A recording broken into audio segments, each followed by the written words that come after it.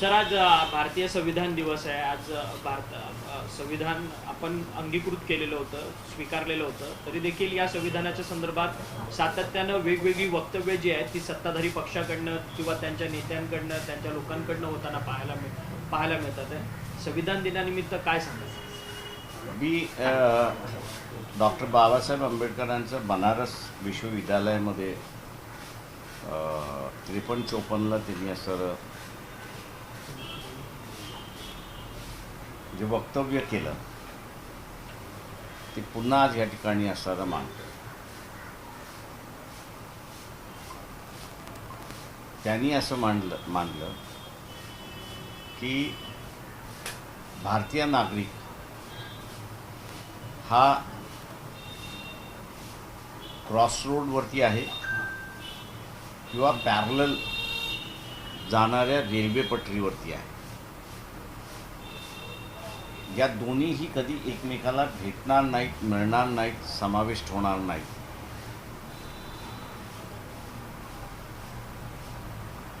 आणि म्हणून भारतीय जनतेने ताबडतोब निर्णय केला पाहिजे की त्यांना संविधानाचा मार्ग म्हणजे समतेचा मार्ग, बंधुत्वाचा मार्ग, स्वातंत्र्याचा मार्ग, अभिमानाचा मार्ग हा स्वीकारायचा आहे की मनुस्मृतीने दिलेली व्यवस्था, अपमानित व्यवस्था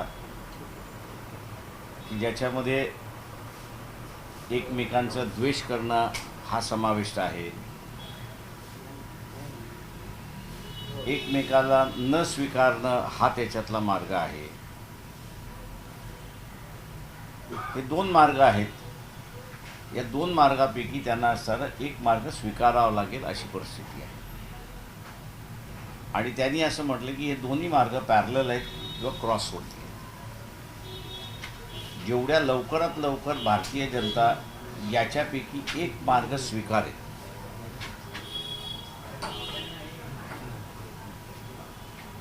तेवढ्याच लवकरात लवकर या देशामध्ये प्रगती आणि विकास करायला सुरुवात होईल अशी असणारी परिस्थिती. आजही 75 वर्षांनंतर आपण असं पाहिलं तर पुन्हा RSS भारतीय जनता पक्ष यांनी दाखवून दिलं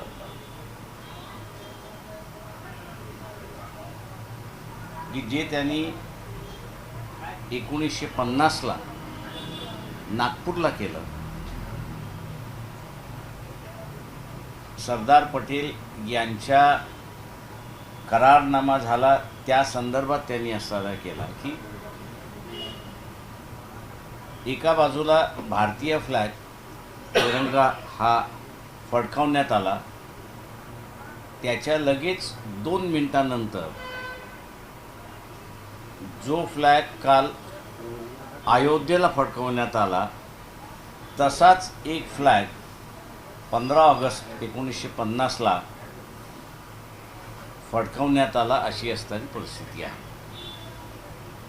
त्याच्यामुळे RSSनी भारतीय संविधान मान्य केलंय असं कुठेही दिसत नाही. 75 साल झाले तरीही असणारा या ठिकाणी हा प्रश्न निकाली निघाला नाही.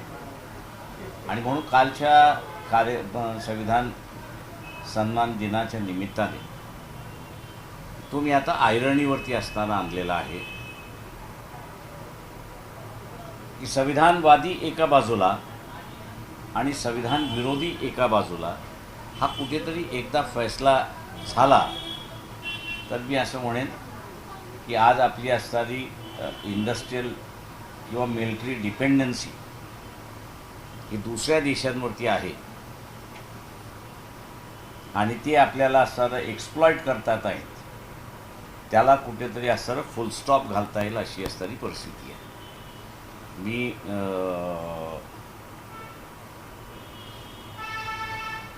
जे सेक्युलर पॉलिटिकल पार्टीज आहेत त्यांना आव्हान करतो आहे की त्यांनी हा लढा ज्या ज्या राज्यामध्ये ते स्ट्रॉंग आहेत त्यांनी त्या राज्यांमध्ये असताना हा लढा सुरुवात केला पाहिजे संविधानवादी आणि संविधान विरोधी याच्यापैकी एकच कोणतरी टिकला पाहिजे अशी असणारी परिस्थिती आहे.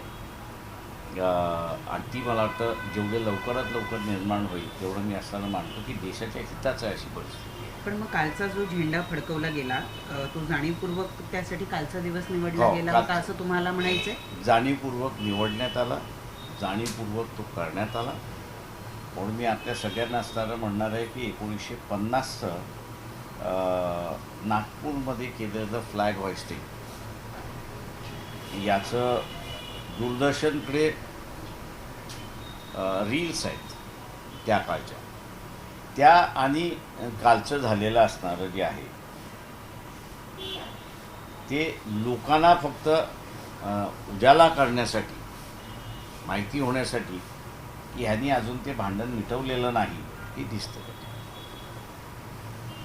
तर पण अशा पद्धतीने पंतप्रधान मोदी असतील किंवा राष्ट्रीय स्वयंसेवक संघाचे सरसंघचालक मोहन भागवत हे त्या कार्यक्रमाला उपस्थित राहतात आणि अशा पद्धतीने मोठा धर्मध्वज जो फडकवला जातो, म्हणजे कुठेतरी हिंदू या देशामध्ये मोठा डॉमिनंट आहे हेच दाखवण्याचा उद्देश आहे का?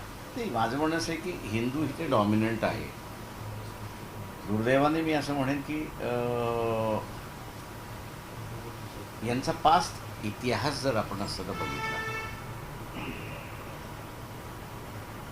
तर इथे युतीचं सरकार असं जर म्हटलं आपण पहिलं 1935 साली 30 साली युतीचं सरकार अशी जी कन्सेप्ट आली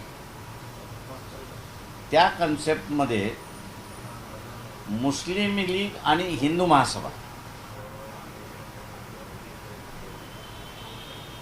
मुस्लिम लीग आणि हिंदू महासभा यांचं 3 राज्यांमध्ये मिलीजुली सरकार होतं, म्हणजे अलायन्स गव्हर्नमेंट होतं. त्याच्यामुळे असणारं हिंदू महासभा त्या काळची आणि त्यावेळची RSS हे दोन्ही एकच संघटन होतं. त्याच्यामध्ये काही हे नाही, दोन्ही एकच संघटन होतं. फक्त दोघांचा रोल ब्रिटिशांच्या ह्याच्यामध्ये वेगळा होता. आज जो मुस्लिम द्वेष सांगत आहेत तो सत्ता स्थापन होताना त्यावेळेस दिसत नव्हता अशी परिस्थिती आहे. त्याच्यामुळे असणारं दाखवायचे दात वेगळे आणि खाण्याचे दात वेगळे अशी असणारी परिस्थिती. सर, मुंबई महानगरपालिका आणि त्याचसोबतच इतर महानगरपालिकांच्या निवडणुका आता होऊ घातलेल्या आहेत. सगळ्या महानगरपालिकांमध्ये सध्या मतदार यादीचा घोळ जो आहे तो मोठ्या प्रमाणात समोर येताना पाहायला मिळतो. एकट्या मुंबईमध्ये जवळपास 11 लाख मतदार हे सगळे वाढलेले आहेत अशी सगळी मतदार यादीमधनं माहिती समोर येते. स्वतः मुंबईच्या माजी महापौर राहिलेले आहेत किशोरी पेडणेकर, त्यांचं देखील दुबार मतदार यादीमध्ये नाव नोंदवलेलं आहे. त्यांचं नाव आहे दुबार मतदार म्हणून. म्हणजे थोडक्यात ज्यांच्या नावाच्या पुढे स्टार असणार आहे अनेकांना अशी भीती वाटते की त्यांना मतदान करता येणार नाही आणि जाणीवपूर्वक विरोधकांना डावलण्याचा हा एक प्रकारचा डाव असल्याचं म्हटलं जातं. ते ज्यांच्याकडे मला वाटतं जे काही इलेक्शन कमिशनच्या अधिकाऱ्यांकडून मी जी काही माहिती घेतली त्याच्यामध्ये ते म्हटले ज्यांचं स्टार आहे त्यांच्याकडून लिहून घेतल्या जाणार की ते मतदान कुठे करणार, हमीपत्र. आणि एकदा का ते आम्ही त्यांना म्हणतोय ते ॲफिडेव्हिट स्वरूपामध्ये घ्या.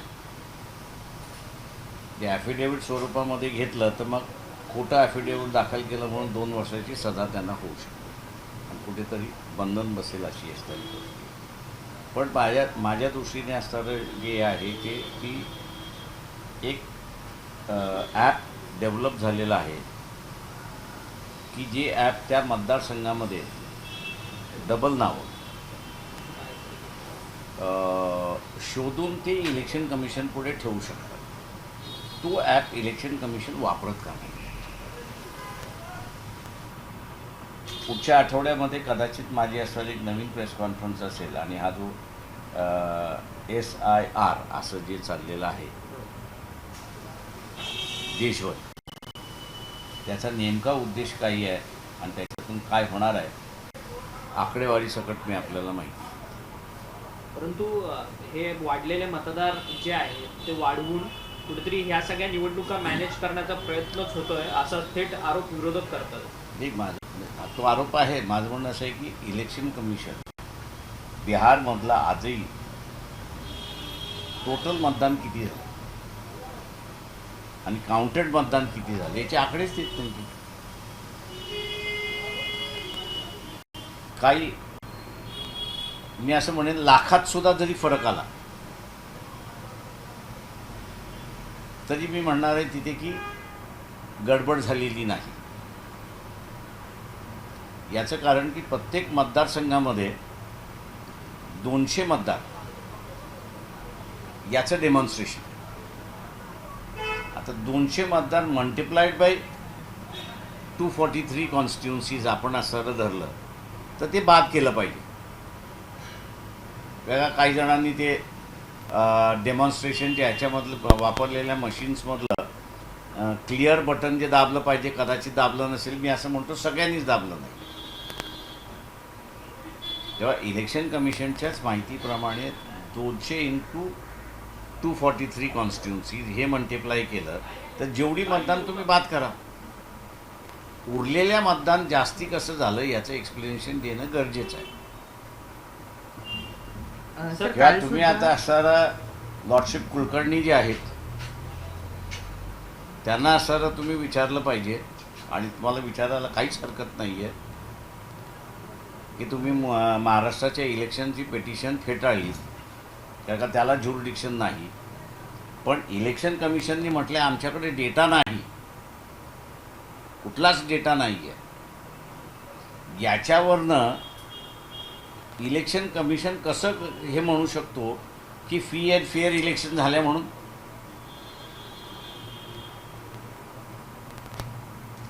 मुंबईमध्ये त्याच्यामुळे ज्युडिशरी सुद्धा ॲट फॉल्ट आहे अशी परिस्थिती आहे. सर सध्या सगळ्या स्थानिक स्वराज्य संस्थांच्या निवडणुका होतात आहेत, परंतु यामध्ये अनेक नेत्यांची वक्तव्य जी आहेत ती चर्चेला पाहायला मिळतात आहेत. अलीकडेच काल गुलाबराव पाटलांनी एक वक्तव्य केलं की नगर विकास खातं याच्यामध्ये खूप मोठा माल आहे आणि 1 तारखेला तुम्ही तयार राहा, 1 तारखेला लक्ष्मी येईल असं म्हणून एक वक्तव्य केलं. लक्ष्मी दर्शन होईल असं म्हणतात. म्हणजे लक्ष्मी दर्शन कोणाला होणार? लोकांना होणार की उमेदवाराला होणार? मतदाराला होणार. माझं म्हणणं आहे मतदारांनी सरळ म्हटलं आहे की त्यांनी दिलेली लक्ष्मी नाही तर तुम्ही डिमांड केलेली लक्ष्मी मिळत असेल तर मतदान करा. तुम्ही असं सरळ म्हणा की मला 2 गाई आणि एक म्हैस विकत घ्यायची आहे, त्याचे एवढे होतात. ॲटलिस्ट त्या निमित्ताने भेसळ दूध तरी शहरीवासियांना मिळणार नाही अशी अपेक्षा आपण धरू. मुंबईमध्ये काल अशी एक माहिती मिळाली ज्याच्यानुसार की मुंबईमध्ये जी दुबार नावं आहेत त्यामध्ये काही व्यक्तींची नावं ही 103 वेळा आहेत. इतक्या मोठ्या प्रमाणावर नावं एकाच व्यक्तीचे मतदार म्हणून येत असतील आणि साधारणपणे आपण जर बघितलं तर एकूण व्यक्ती जे आहेत ते 43,000च्या जवळपास व्यक्ती आहेत ज्यांची नावं ही साधारणतः सगळी कॅल्क्युलेट केली तर 11 लाख नावं जी आहेत ती आपल्याला या ठिकाणी फेक दिसून येतात. काय तुम्ही याकडे बघता? म्हणजे आपली यंत्रणा अपडेट होत नाही का? म्हणजे कालानुरूप आपण काहीच अपडेट झालेलो नाही आहे. इथे पॉलिटिकल पार्टीजचं फेल्युअर आहे असं मी त्या ठिकाणी म्हणतो. 1950चा जो कायदा आहे, यादी तयार करण्याचा जो कायदा आहे, त्या कायद्यामध्ये म्हटलं की खोटारडेपणा तो यादीमध्ये समावेश केला असेल तर त्या अधिकाऱ्यावरती तुम्ही कारवाई करू शकता. त्या अधिकाऱ्याला कुठलंही सेंट्रल गव्हर्नमेंट स्टेट गव्हर्नमेंटचं प्रोटेक्शन नाही.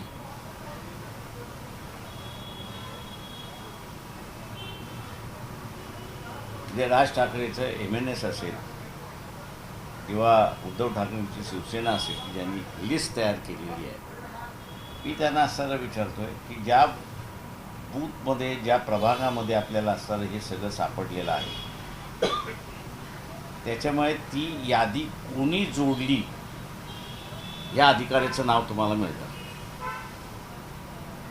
त्या अधिकाऱ्याच्या विरोधात तुम्ही महाराष्ट्राचं जे कमिशन आहे किंवा इलेक्शन कमिशन आहे दोघाही आहेत त्यांच्याकडे तुम्ही कंप्लेंट का करत नाही. नुसतं चोरी झाली चोरी झाली चोरी झाली चोरी झाली हे बोंबलणं कशासाठी.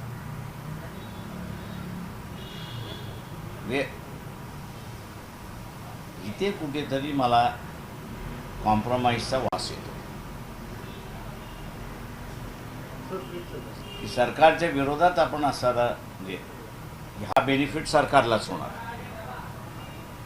तेव्हा सरकारच्या विरोधामध्ये आपण पूर्णपणे गेलो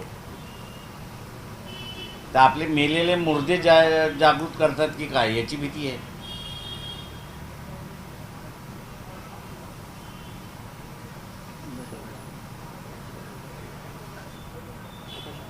त्याच्यामुळे अर्धवट लढा हा जो आहे हा धोक्याचा आहे असं मी त्या ठिकाणी तो पूर्णत्वाला घेऊन गेलं पाहिजे. त्याच्यामुळे मनसे असेल उद्धव ठाकरे असतील त्यांच्याकडे जो डेटा आहे ज्या प्रभागामधलं त्यांना सर मिळाले आणि त्या प्रभागामधनं ज्या बूथवरती त्यांना मिळालेला आहे त्या बूथचा अधिकारी हा आयडेंटिफाय होऊ शकतो. तर त्याच्या विरोधात तुम्ही असं का ॲक्शन मागत नाही आहात. त्यांची नावं मागवा ॲक्शन घ्यायला सांगा आणि ही ॲक्शन महाराष्ट्राचे इलेक्शन कमिशन घेऊ शकतात आणि चीफ इलेक्शन कमिशन घेऊ शकतात सेंट्रलचे. सर त्यांना सरकारची परमिशनची गरज नाही. सर तुम्ही विधानसभा निवडणूक आणि लोकसभा निवडणूक ही गॅस सिलेंडर या चिन्हावरती तुमचा पक्ष निवडणूक लढलेला होता. तुम्ही हायकोर्टात पिटिशनसुद्धा दाखल केलेली होती की आम्हाला या स्थानिक स्वराज्य संस्थांच्या निवडणुकीमध्ये हेच चिन्ह जे आहे ते कायम ठेवण्यात यावं. त्या संदर्भात काय नक्की आमची याचिका अजून असं पेंडिंग ठेवलेली आहे. दुर्दैवाने मी असं म्हणेन की जी व्यवस्था सेंट्रल गव्हर्नमेंटच्या कायद्यांमध्ये आहे ती व्यवस्था राज्याने जे 2025ला सिम्बॉल्सच्या संदर्भातला नियमावली केली त्याच्यामध्ये त्यांनी कुठेच काही ठेवलेलं नाही. एक त्यांनी सगळ्यात मोठा जो आहे लॅक्युना मी असं म्हणेन की पूर्वी स्थानिक आघाड्या व्हायच्या आणि त्या स्थानिक आघाड्यांना मान्यता मिळायची आणि त्यांना सिम्बॉलही मिळायचं. आता आणि तो स्थानिक रजिस्टर करण्याचा अधिकार हा कमिशनरकडे असायचा. आता तो त्यांनी काढून घेतला आणि तो स्वतःकडे घेतलेला आहे. त्याच्यामध्ये अडचण अशी झालेली आहे की आघाड्या झाल्या रजिस्टर्ड झाल्या यांच्याकडे एकंदरीत 400-450 आघाड्या रजिस्टर्ड झाल्या माझ्या माहितीप्रमाणे. पण त्याच्यापैकी अनेक जणांना त्याचा बेनिफिटच मिळाला नाही. याचं कारण की अध्यक्षाचं निवडणूक वेगळी आहे आणि नगरसेवकाची निवडणूक वेगळी आहे. आता आघाडी होते कशासाठी तर अध्यक्ष आणि नगरसेवक ते एकत्र मिळूनच यांनी या आघाड्यांच्या संदर्भातलं सिम्बॉल कसं करावं याची नियमावलीच केली नाही. आणि म्हणून आमच्या पिटिशनच्या मार्फत कोर्टाने ती असताना होल्ड ऑन करून ठेवलेली आहे. परंतु स्थानिक रिटर्निंग ऑफिसर जे आहेत त्या स्थानिक रिटर्निंग ऑफिसर्सना आम्ही असताना पत्र काल दिलेली आहेत आणि आज माझ्या अंदाजानं गॅस सिलेंडरचा हा जो सिम्बॉल आहे तो पक्षाच्या उमेदवारांना मिळेल अशी आमची अपेक्षा आहे. सुजात आंबेडकर स्थानिक स्वराज्य संस्थांमध्ये मोठ्या प्रमाणात प्रचाराला उतरले आहेत. बरेच जिल्हे फिरून आले. कसा प्रतिसाद मिळतोय काही तुमच्यावर? ते प्रतिसाद चांगला आहे. हे इथे असणारं मशीनने धोका दिला नाही तर कदाचित चांगल्या रीतीने असताना आमचे उमेदवार निवडून येतील अशी परिस्थिती आहे.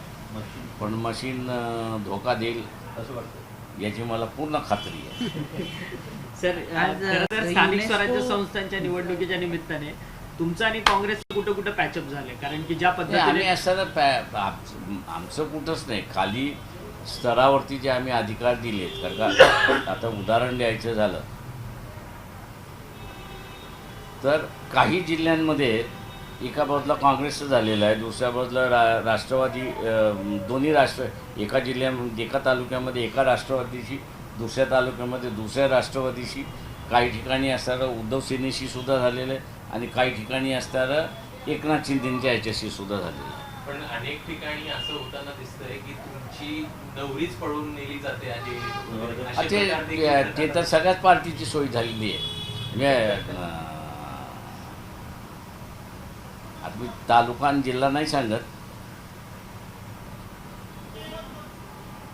2 पॉलिटिकल पार्टीशी असणारं हे आमचं पॅनल आहे आणि हे 5 जागा आम्ही तुम्हाला देतो, नगराध्यक्ष आम्हाला पाहिजे.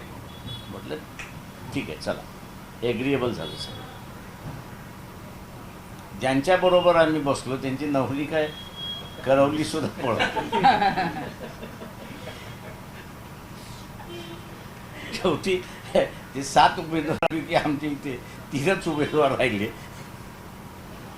त्याचे पळवापळवी फार झाली आणि उमेदवार ज्याला आपल्याला म्हणता येईल की मालामाल झाली असणारे काही उमेदवार हे आहेत. मग यातच साधारणतः 100 नगरसेवक जे आहेत भाजपचे ते आधीच बिनविरोध- भाजपचे बिनविरोध बिनविरोध निवडून निवडून आले. आलेले आहेत. हो. याकडे तुम्ही कसं पाहता? ते मी पण म्हणालो ना त्याच्यामध्ये की आता जिथे आता सांगत नगरपालिका मेन्शन करत नाही आहे, जिथे 3च उमेदवार आहेत आणि उरलेले सगळे निघून गेलेले आहेत, तुम्हाला तिथे 3 उमेदवार त्यांच्या बिनविरोध निवडून आलेत अशी परिस्थिती आहे. हे यावेळेस पैशाचा नुसतं उमेदवार पळवण्यापर्यंत नाही, पण सूचक जो आहे त्या सूचकाला सुद्धा 2-2, 3-3, 4-4, 5-5 लाख. एकाने मला फोन करून विचारलं, सर मी विड्रॉ होतोय. म्हटलं काय? 5 लाख मिळतात. तर म्हटलं विड्रॉ हो तू म्हटलं होतं, पण त्यांनी फॉर्म भरण्याच्या अगोदरच त्यांनी असं पण एक म्हटलं अगोदर असं कर, त्याला दुसरा म्हटलं सूचक तरी दे. हां तेवढं करतो मी. म्हणजे लक्ष्मी दर्शन भरपूर मोठ्या प्रमाणात होतं. मोठ्या प्रमाणात आहे. सर, आज ही युनेस्को- परवानगी चालू आहे, मात्र त्यासोबतच काही ठिकाणी मारहाण देखील सुरू झालेली आहे, अपहरण सुद्धा केलं जात आहे, अशा सुद्धा घटना समोर आज जिल्हा काँग्रेसचे जिल्हाध्यक्ष आहेत अहिल्यानगरचे, त्यांचं अपहरण केलं. मॉर्निंग वॉकला गेलेले असताना त्यांचं अपहरण केलं. तर अशा घटना वाढतात. ते अपहरण केलेलं आहे. त्याच्यानंतर दुसरं जे आहे ते त्याच जिल्ह्यामध्ये आमचे जे नगराध्यक्षासाठी उभे आहेत त्यांचंही अपहरण झालेलं आहे. आम्ही त्यांना म्हटले तो सुरक्षित राहील, काळजी करू नका, फक्त आपण असं हा पळवलेला आहे, याला प्रचाराचा मुद्दा करा. आता झालंय असं की त्याला आणूही शकत नाहीत आणि त्याला सोडूही शकत नाहीत आणि लोकांमधला राग वाटतोय. म्हटलं लोकांमधला राग हा म्हटलं मतदानामध्ये कन्वर्ट करा. तुम्हाला सिच्युएशन वापरता आली पाहिजे असं मी म्हणेन. सर, आज आज म्हणजे ह्या पैशांचा हा सगळा खेळ सुरू आहे निवडणुकीमध्ये. यातच राजकीय वक्तव्य रंगताना पाहायला मिळतात. अजित पवार म्हणतात की तुम्ही मला मतदान दिलं तर माझ्या हातात सगळ्या निधी आहेत, निधीच्या चाव्या आहेत. आणि चंद्रकांत पाटील म्हणतात की जरी त्यांच्याकडे तिजोरी असली तरी तिजोरीचे मालक आमच्याकडे आहेत. आता हे बरोबर आहे त्याच्यामध्ये, पण त्यांच्यामध्ये एक लक्षात घेतलं पाहिजे की ज्या तऱ्हेनं BJP त्यांना नाचवते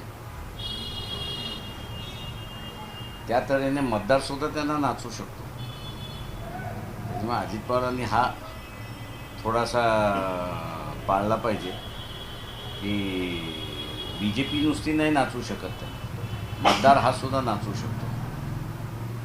आणि तो नाचवायला लागला तर बेलगाम घोडा आहे. BJPने नाचवलेला असतं तर ते लगामाचा घोडा आहे, त्याच्यामध्ये ते लगाम पकडू सुद्धा शकतो. सर, आज युनेस्कोमध्ये डॉक्टर बाबासाहेब आंबेडकरांचा पुतळा लागतो आहे. तशी इच्छा सर्वच भारतीयांची होती आणि आज तो सोहळा दुपारी 2 वाजताच्या सुमारास पार पडणार. Over a period of time असं मी म्हणेन. आणि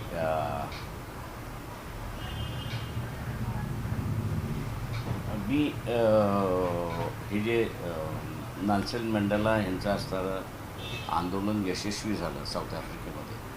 होता सरकार जाऊन त्यांचं सरकार आलं आणि अचानकपणे जगामध्ये सोशल अजेंड्यावरती व्हॅक्यूम क्रिएट झाला की अख्खं जग ॲपटाईट काळा गोरा वादातून मिटला तो आणि जग बाहेर पडलं त्याच्यामुळे आता आपण करायचं काय यासाठी युनायटेड नेशन्समध्ये एक 7 वर्ष चर्चा होत एक नवीन थीम तयार झाली आणि ती म्हणजे elimination of all forms of discrimination. म्हणजे जेवढ्या पद्धतीचे डिस्क्रिमिनेशन आहे ते संपवणं आता युनायटेड नेशन्सची असणारी जबाबदारी आहे. त्या ह्याच्यामध्ये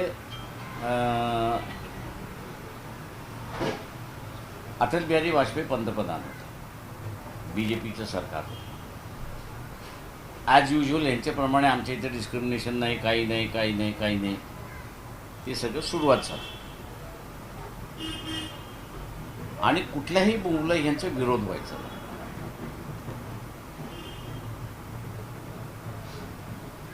तेव्हा 167 नेशन्सपैकी जे मेंबर्स आहेत त्याच्यापैकी 111 देशाने आमच्याकडे काही प्रमाणात डिस्क्रिमिनेशन आहे असं मान्य केलं.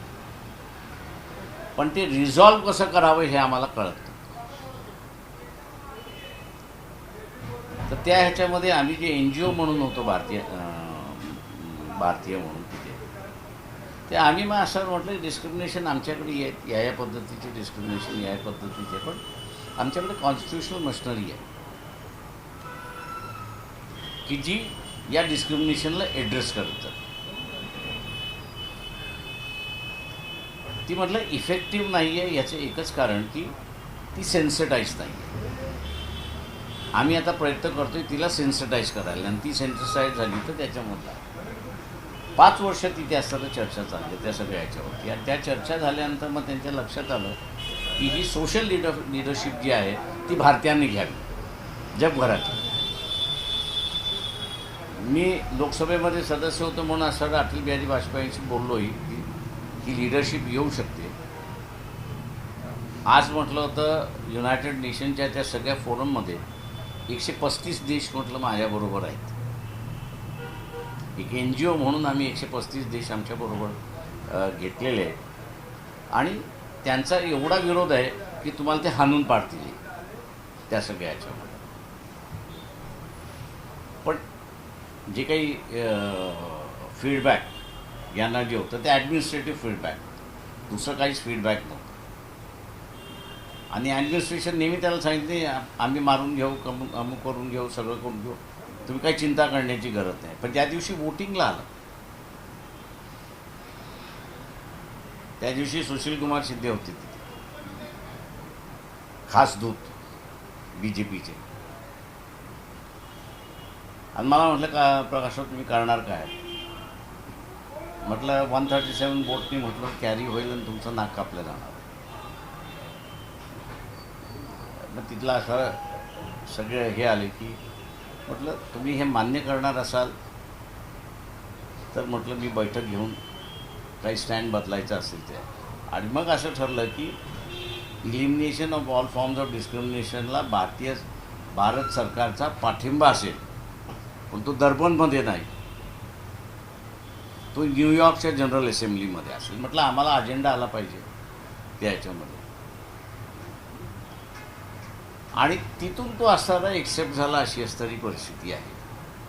आणि त्याच्यानंतर मग कन्सेप्ट ऑफ रॅपोर्टर्स ही निर्माण झाली.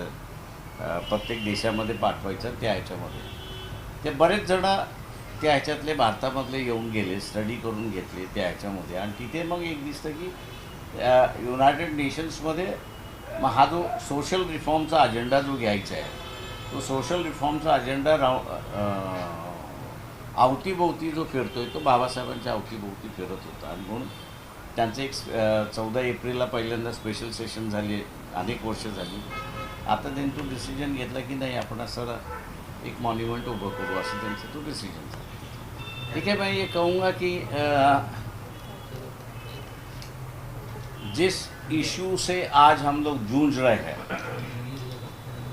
एक तरफ संविधानवादी वर्ग है, संविधान का समर्थन करने वाला वर्ग है, और दूसरी तरफ जो है वो इस संविधान को विरोध करने वाला एक वर्ग है. इस बात की चर्चा जो है वो बाबा साहब ने बनारस विश्वविद्यालय में कही थी 1953-1954 में कि भाई देश के नागरिक जो है वो दो राह पर खड़े हैं. एक रास्ता संविधान का रास्ता और दूसरा मनुवाद का रास्ता है.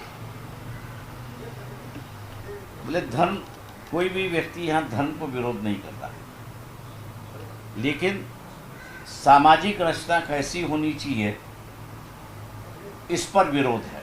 कुछ लोग कह रहे हैं कि मनुवादी व्यवस्था यहाँ पे चल रही चाहिए और कुछ कह रहे हैं कि संविधानवादी व्यवस्था. ये द्वंद्व जब तक खत्म होगा नहीं तब तक भारत देश विकसित नहीं होगा. और आज 75 साल के बाद भी हम लोग यही देखते हैं कि वो द्वंद्व बढ़ चुका है.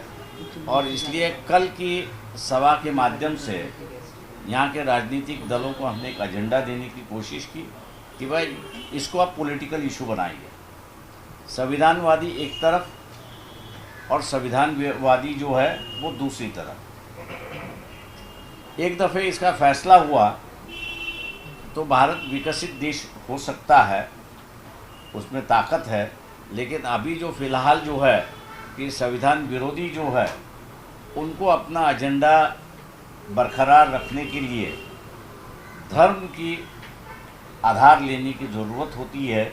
और वही हम देखते हैं कि परसों प्राइम मिनिस्टर नरेंद्र मोदी और आरएसएस जो इस विरोधी विचारधारा के प्रमुख है, उन्होंने मिलके अयोध्या में एक नया झंडा जो है वो मैं ये कहूँगा कि ये नया झंडा नहीं है. सरदार पटेल के साथ भी इनका जो समझौता हुआ था 1950 में, जब सरदार पटेल ने इनको ज़बरदस्ती कहा था कि अगर तुमने तिरंगा अगर नहीं फहराया 15 अगस्त को तो वापस तुमको जेल में भेज दूंगा, तब जाके आरएसएस ने 14 अप्रैल में तिरंगा फड़काया. लेकिन उसके साथ साथ जो ध्वज अयोध्या में फड़काया उसका भी वहाँ पर उन्होंने शुरुआत की थी. तो ये मैं समझता हूँ कि अभी ख़त्म नहीं हो चुका है. इसको पॉलिटिकल इशू बना के ही इसको ख़त्म करना होगा. तो अभी जाके मेरे ख्याल से हम लोग विकसित हो सकते हैं, वरना इसी फैसले में फंसे रहेंगे. ऐसी एक परिस्थिति है. कल सभा में जिक्र भी किया कि जिस तरीके से आरएसएस है वो रजिस्टर्ड ऑर्गेनाइजेशन नहीं है, इसको लेकर आप उसे केस भी दर्ज करेंगे. किस तरीके से देखते हैं जिस तरीके से इस संस्था को कई तरीके से विदेशी फंडिंग भी दी जा रही है और कई तरीके के काम भी किए जा रहे हैं, तो सुजात अम्बेडकर ने इसे सिर्फ टेररिस्ट ऑर्गेनाइजेशन भी बताया है, क्या कहना चाहते हैं? मैं ये कहूँगा कि आप जैसे जितने भी ऑर्गेनाइजेशंस यूएपीए के अंदर जो रजिस्टर्ड नहीं है, जो हथियारों से खेलते हैं, जो चंदा इकट्ठा करते हैं सीक्रेटली, उन सबको टेररिस्ट ऑर्गेनाइजेशन बना दिया है. तो वही नियम इनको लागू होना चाहिए. अगर इनको लागू होता है तो ये टेररिस्ट ऑर्गेनाइजेशन बन जाती है. सवाल ये है कि आप लोगों को कह रहे हो कि कानून के मुताबिक चलो. सवाल ये है कि यहाँ जितने भी गणपति मंडल बनते हैं टेम्पररी, वो भी चैरिटी कमिश्नर के पास जाके पंजीकरण करते हैं, हिसाब बताते. तो ये पंजीकरण अपने आप को क्यों नहीं करते?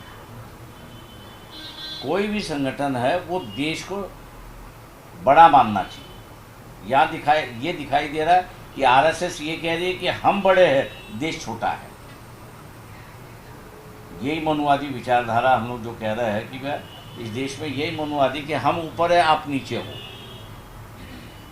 तो हम मोदी से कह रहे हैं कि आप लोगों से कह रहे हैं कि 75 साल में विकसित होना है. आप जब तक आरएसएस को पंजीकरण नहीं करोगे तब तक मैं मान के चलता हूँ कि ये लड़ाई झगड़ा चलते रहेगा. और ये अपने आप को लोगों में सर्कुलेट रखने के लिए धर्म की बात ये करते रहेंगे। सर, जिस तरीके से एसआईआर को लेकर अलग अलग राज्य में इलेक्शन कमीशन जो है इसके ऊपर जांच कर रही है, ऐसे में पश्चिम बंगाल में भी जो है सीए लागू करने के बाद बीजेपी की तरफ से की जा रही है, इसे किस तरीके से देखते हैं? क्योंकि वोट को लेकर भी कई तरीके के बोगस वोटिंग और इस तरीके के मामले भी जो आ रहे हैं। देखिए, हम लोग एक भूल रहे हैं कि 1969 में 69, 70, 71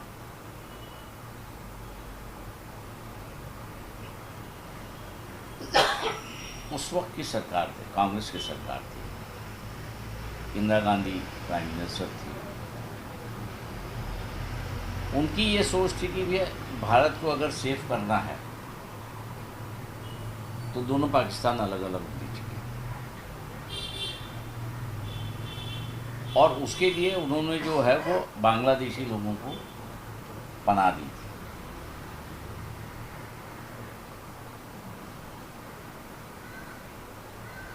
इस सरकार का जो सबसे बड़ा खतरनाक खेल है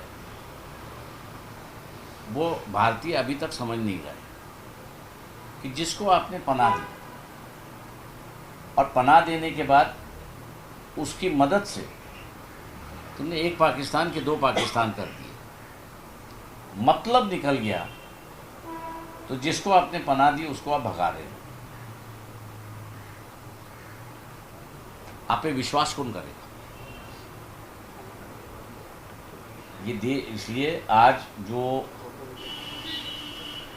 सिंदूर के वक्त की जो परिस्थिति हुई कि दुनिया का एक भी देश हमारे साथ खड़ा नहीं हुआ, उसकी वजह यही है कि हम लोग विश्वास लायक नहीं है। आरएसएस बीजेपी जो है वो विश्वास लायक नहीं है, और इसलिए जो देश हमको मदद करते थे हमेशा वो भी अपने साथ नहीं है।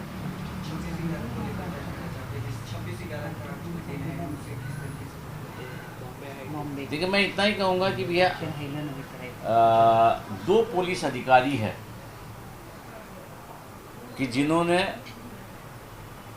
न्यूज़ डिले की, बड़े अधिकारी है, ऐसा नहीं कि छोटे मोटे अधिकारी है, बड़े अधिकारी है।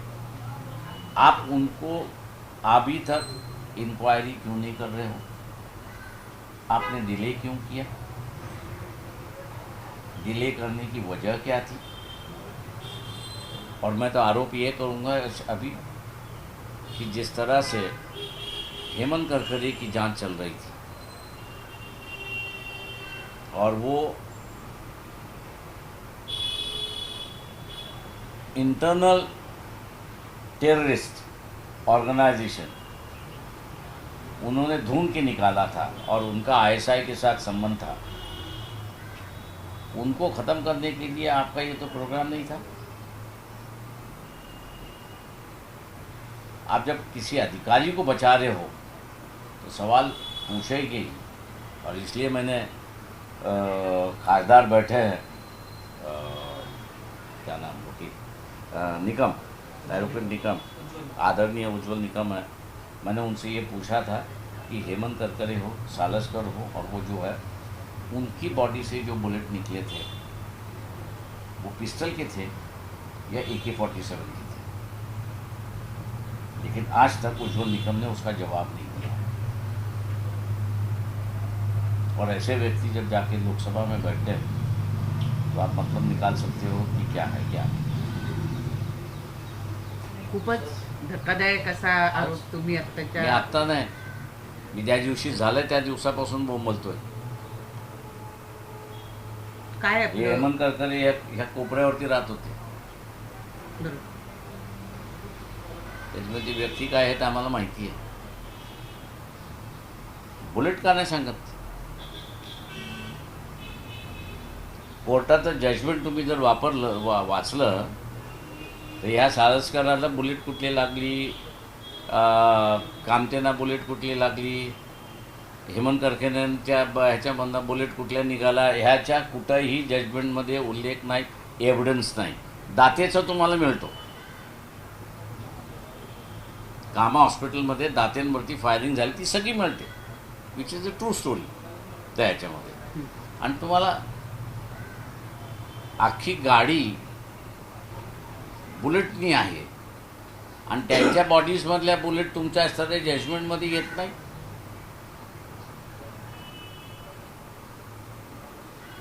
उज्ज्वल निकमांना तुम्ही हा प्रश्न विचारला असं म्हणताय. हो, काय इलेक्शनच्या वेळेसही विचारला होता, त्याच्या अगोदरही विचारला होता. याचं उत्तर द्या. अजून नाही. सर आणखी एक प्रश्न होता, एक मराठीत राहिलाय. राज ठाकरे यांनी आज एक ट्विट करून एक प्रश्न उपस्थित केला किंवा जनतेला त्यांनी पुन्हा एकदा आवाहन केलेलं की सतर्क राहा. केंद्रीय एक शिष्टमंडळ जेव्हा आलं होतं त्यातल्या एका व्यक्तीने असं वक्तव्य केलं की बरं झालं मुंबईचं म्हणजे बॉम्बेचं मुंबई नाही केलं, बॉम्बेचं IIT मुंबई नाही केलं हे बरं झालं. तर त्यावरून त्यांनी असं म्हटलेलं आहे की हा खूप जुना डाव आहे. पुन्हा एकदा मुंबईसह MMR रिजनला तोडून गुजरातमध्ये देण्याचा हा एक डाव आहे. जशा पद्धतीनं चंदीगडला घेण्याचा डाव होता पण तो स्थानिक लोकांच्या जागरूकतेमुळे हाणून पाडला गेला, तसा मुंबई आणि MMR रिजनच्या बाबतीत मोठा डाव भाजप आखते असं ते म्हणतात. मान्य आहे मला त्या सगळ्या ह्याच्यामध्ये की कदाचित त्यांची बातमी खरी असेल, पण तुमच्याकडे ज्यावेळेस सत्ता होती मुंबईतली, तुम्ही असणारा नॉन महाराष्ट्रीयांना किती कॉन्ट्रॅक्ट दिले त्याचा फक्त डेटा दे. सत्तेवरती असताना एका प्रकारचं वागायचं, तिथे मग देशभराचं बोलायचं. आणि सत्ता गेली की मग स्थानिक माणसाच्या प्रश्नावरती बोलायचं. हे जे अनप्रिन्सिपल राजकारण जे आहे त्या अनप्रिन्सिपल राजकारणातून बाहेर पडलं पाहिजे असं माझी स्वतःची त्यांना विनंती. दोन्ही ठाकरे बंधूंवर एक प्रकारचा आरोप आहे तुमचा. मग दोन्ही यांच्यावरती आहे. हे उद्धव हे ठाकरे इथले जेव्हा फ्लायओव्हर्स बांधले जात होते त्यावेळेस आम्ही कॉलेजमधले विद्यार्थी होतो त्या सगळ्या. एकही फ्लायओव्हर इथला असणारा मुंबईमध्ये स्थानिक असणारे जे कन्स्ट्रक्शन कंपनी होती त्यांना त्या विद्यार्थी म्हणून आम्ही लोकांनी सगळ्यांनी आवाज उठवला होता. बाळ ठाकरेंनी आवाज उठवला. तेव्हा त्यांनी कॉर्पोरेशनमधनं बघितलं की अंधेरीचा जो आहे पुण्याचे जोग जे आहेत त्यांना त्यांनी कन्स्ट्रक्शन ते म्हटले येत असेल नसेल येत असेल द्या त्यांना.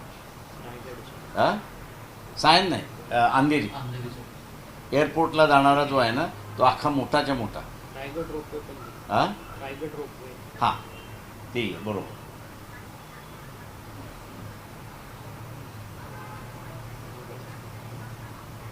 ओके. हिंदी में भी सर ये बता दीजिए, केंद्रीय मंत्री जितेंद्र सिंह बॉम्बे IIT की कार्यक्रम में आए थे और उन्होंने इस कार्यक्रम के दौरान उन्हें कॉम्प्लीमेंट दिया बच्चों को कि बॉम्बे IIT का नाम अच्छा हुआ, बदला नहीं गया जिस तरीके से बॉम्बे को मुंबई किया गया है. इस पर कहीं न कहीं एक राजनीतिक विवाद भी शुरू हो गया. राज ठाकरे ने भी इस पर देखिए मैं ये कहूँगा कि जिस तरह से IIT का नाम बदला नहीं है उसी तरह से हाईकोर्ट बॉम्बे हाईकोर्ट जो है वो बॉम्बे हाईकोर्ट भी अपना नाम बदलने के लिए तैयार नहीं, क्योंकि वो कह रहे हैं कि हमारा जो इतिहास है वो 1400 सालों से शुरुआत होता है बॉम्बे हाईकोर्ट की हिस्ट्री जो है, इसलिए हम क्यों बदलें. अब उस पर जो है कि राजनीति करना कि सेंट्रल की चाल है इसको ब्रेक करना. मैं ये कहूँगा कि कई इंडस्ट्रीज़ जो है यहाँ की 2 जगह सेंट्रल गवर्नमेंट शिफ्ट करने में सफल हो गई है. एक है नोएडा जहाँ पर काफ़ी बड़ी फाइनेंशियल इंस्टीट्यूशन यहाँ से चल चुकी है, और दूसरा जो है वो यहाँ की मिलें जो थी वो अब राजस्थान में जाके शिफ्ट हो चुकी है, ऐसी है गुजरात राजस्थान में शिफ्ट हो चुकी है। इस शहर के इंडस्ट्रियलाइजेशन को बचाने के लिए आप क्या कर रहे हैं?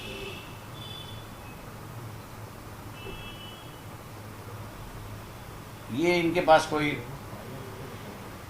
मास्टर प्लान है ही नहीं।